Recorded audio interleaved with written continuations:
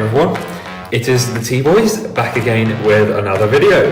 This time we will be reviewing and taste testing this lovely vending machine tea.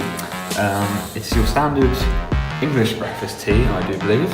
As you can see on the front of the cardboard cup, it says coffee, tea, chocolate, speciality to go. But obviously this cup does contain tea.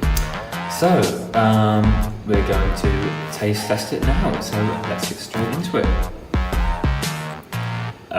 This tea does not contain sugar, I do believe. Or does it contain sugar? It does not contain sugar. I've just had confirmation of that.